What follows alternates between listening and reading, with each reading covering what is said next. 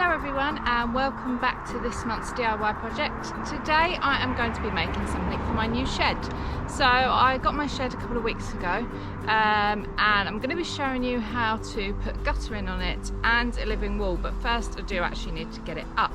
So this month I'm going to show you how to make some shelving for it. So the shed came on a pallet and obviously I'm going to make them out of pallets, so I shall show you how to do this. These are going to be perfect whether you put them into your shed, whether you want them in your hallway to keep all your keys and everything in, or even in your kitchen. So yeah, there's plenty of possibilities with these shelves that I'm going to show you how to make now.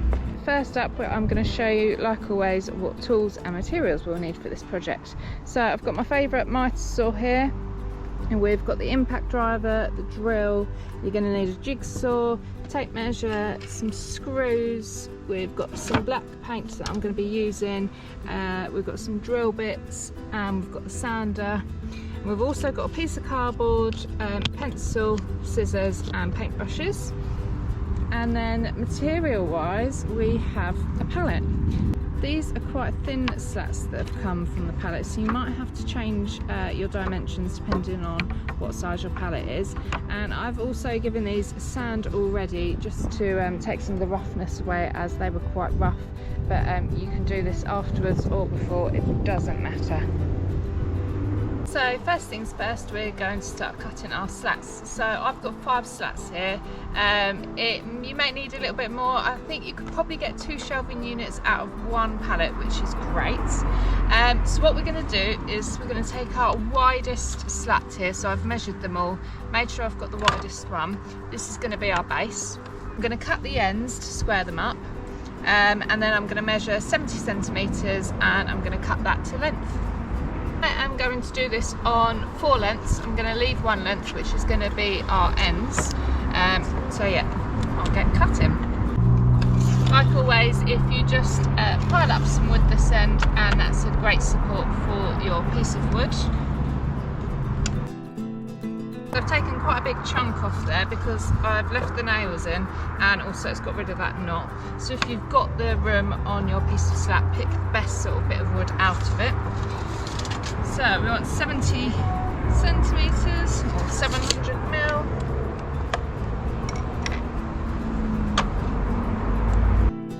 These bits are now rubbish, and that's 1 bit cut.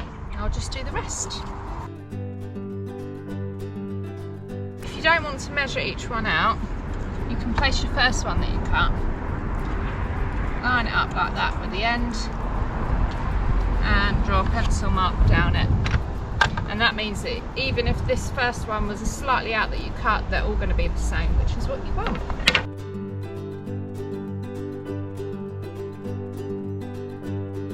The other great thing about the mitre saw is that it comes with a laser line. So can you see that there? So there's no need for me to worry about where my cut is going to be, because I can see it really clearly with that laser line.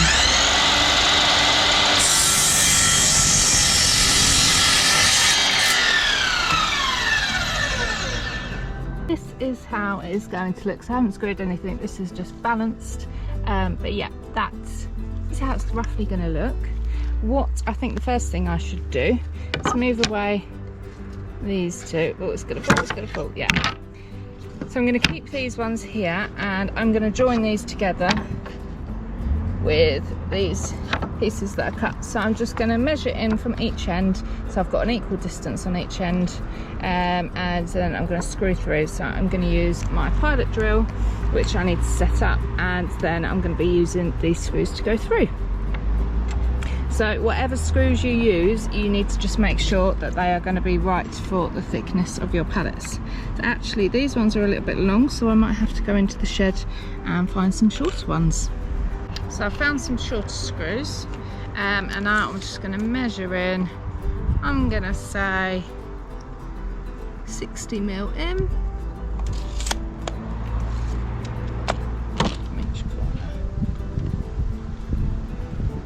Now you can get a square and put a whole line through, so then you know that these are in exactly the right place, which I'm going to do. So I'm just going to make sure these bits of wood are all lined up, They butt up to each other. So we're going to fix our piece of wood on there. So what I'm going to do is I'm going to grab my pilot drill. A drill. Ooh, got a chicken up here with me. Olive.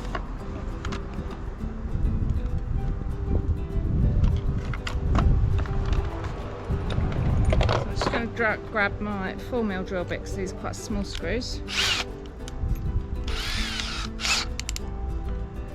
Olive, do you want to come up here? Come on. Alright, so I'm just going to put 2 screws in each end. So I'm just going to get my pilot drill.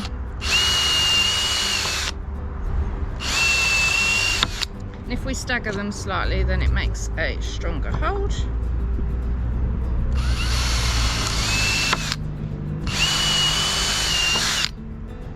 Like that. Gonna line it up. So. And just screw it in place.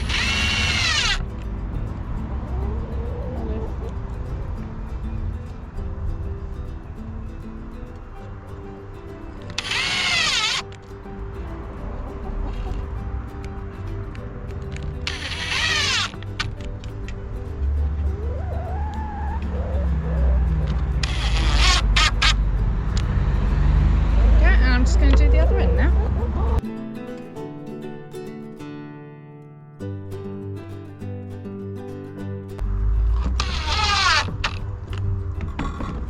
There you go. That is the back of your shelf. Okay, so we have our back. We're going to turn this over and it's going to stand up like that. Then this one is going to be our base. So I'm just going to double check that this is the widest piece, which it is. And what we're basically going to have to do now is screw from behind. Olive, do not eat them.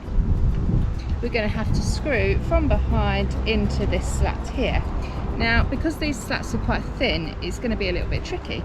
So the easiest way to do that is measure the thickness of your slat. So that's around 14mm.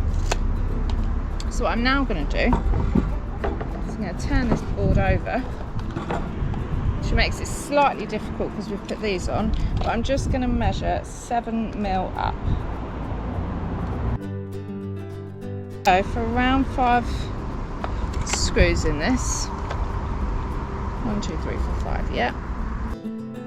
We want one sort of in the middle, one either side, and then one there. So we're going to get our pilot drill and we're just going to drill through just on that line. Try and go as straight as you can.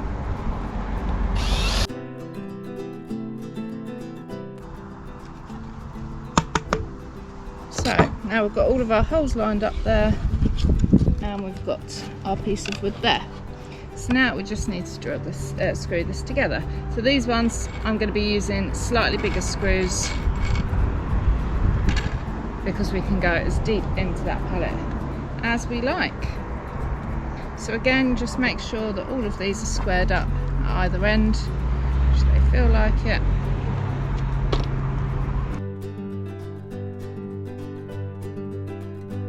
When you've got a couple of screws in, you can move it so then we've got it hanging off the edge of the table, and that gives you a nice square edge to work to. Sorry if you've got Olive's butt in your face while you're watching this. And there we have it. And that is all done. So now we need to do the same with this one here. Now this one is going to be seen, and obviously those screws are going to be seen. So what I'm going to do is I'm going to measure it out this time so it's all nice and accurate and perfect. I will be painting this afterwards, so it's not a huge deal if they're not accurate or they're not perfect with each other. So do the same. I'm going to measure 7mm up.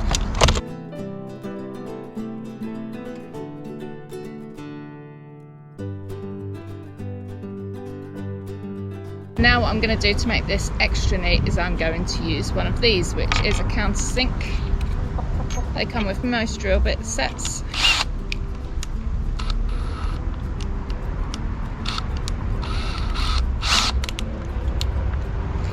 this is just going to create a little hollow for your screw to sit in so everything stays flush.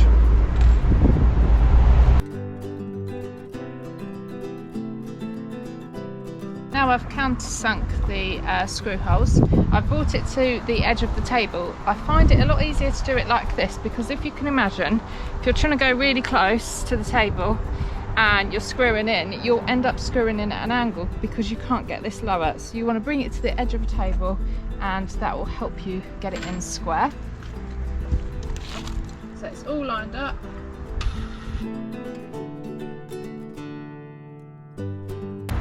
There we go. Now we just need some ends for this. So this is where you can get creative and I'm going to show you how. I have just grabbed this offcut here, so that's probably something that we could use to blank this in, but I have got another length over there. So what we're going to do, I know that this has got a square edge down here, so I'm just going to draw around it onto my cardboard. You can use paper as well if you want. And then what we're going to do is we're going to measure how high we need this. So we're going to go from the inside and then measure up to the top here. That is 1280. So then we need to grab our tape measure and mark 1280 on here. Sometimes, again, a little tip, it's easier to go from sort of a round number 100mm rather than starting at the tip there. So what do we say, 1280? 1280. So that is going to be the start. Now we can make a lovely pretty pattern to come down to this point. So let's measure that point there. So again, going from the inside, that is around 52mm. So I'm just going to measure that up as well. I'm going to measure it on this side because that's where we're going to go to. So now we can make a lovely pattern that's going to go from there to there. So I've got my rough pattern and now I'm just going to cut it out.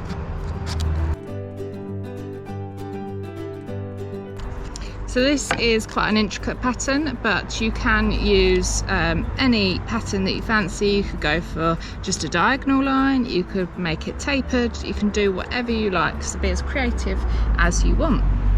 So now I'm going to grab my wood that I'm going to be using for these end pieces. So again, I'm just going to cut them nice and square, and then I'm probably going to cut them about roughly this length, and then that'll be perfect for me to place this on and draw around it.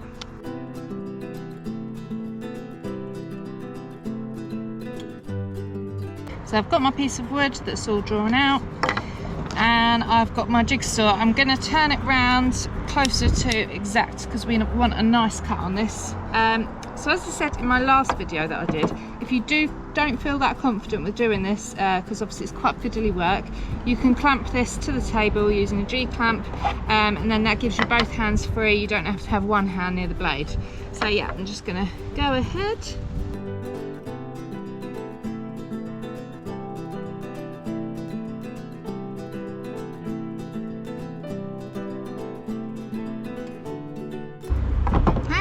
There we go. So I'm just going to give this a sand around the edges and neaten it up.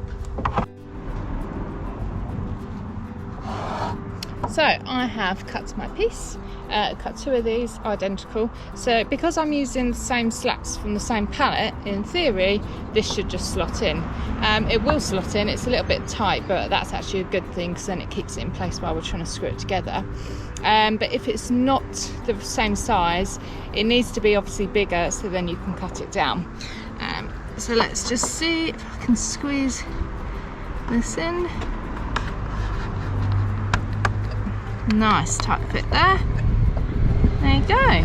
Pretty pleased with that. Now, because we don't want any more screws in the front of this, and this isn't holding any weight, I'm just going to put 2 screws through there, and then I'm going to put 1 underneath going through.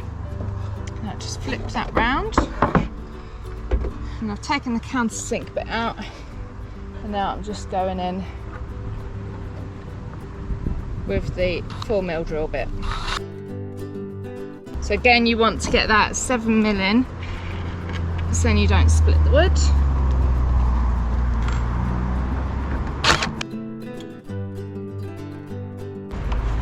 done. I'll just do the other end now. And there we are, it's all done. I'm really pleased with that, considering it's literally cost me nothing apart from a few screws and the help of all my Einhell tools. So yeah, I'm gonna give this a coat of paint, and I think I might make a few of these for my shed because I think they're gonna come in really handy.